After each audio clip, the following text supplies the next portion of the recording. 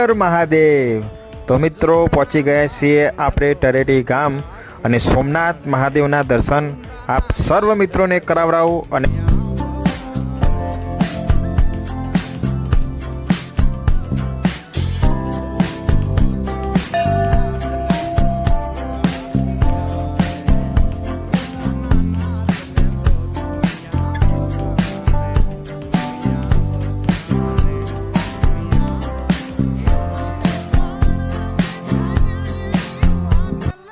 કહેવાય છે કે આ મંદિર લગભગ 150 વર્ષ જૂનું છે, જે આપણને મંદિરના ટ્રસ્ટીઓ દ્વારા જાણવા મળ્યું છે।